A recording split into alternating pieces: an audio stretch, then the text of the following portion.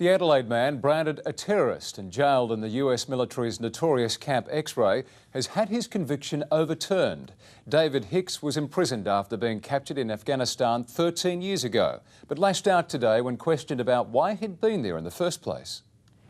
Exonerated, but still unexplained. Can you tell us just for... You'll never be happy. What were you doing when you were caught in Afghanistan?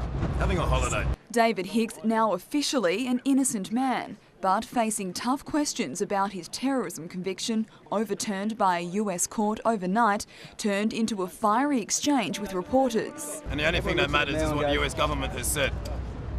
So obviously you don't agree with the US government's decision. The former Adelaide local was jailed in Guantanamo Bay for 5 years after he was caught training in Islamist military camps in 2002.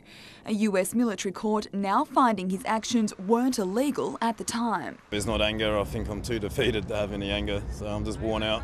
The 39-year-old now calling on the Australian government to cover the cost of medical treatment needed after his imprisonment, including dental work, back, knee and elbow operations. Being kept in metal rooms in freezing conditions for years, it's not being able to move, it's not being able to exercise. The body deteriorates over 5.5 years, even without the added torture such as stress positions, being beaten. David's father, Terry Hicks, who still lives in Adelaide's northern suburbs and has long protested his son's innocence, was today relieved by the outcome, and he's now calling on the Australian government to offer an apology. It is good news. Thank you very much. But one wasn't forthcoming from Prime Minister Tony Abbott today. I'm not in the business of apologising for the actions that Australian governments take to protect our country. Alice Monfries, 9 News.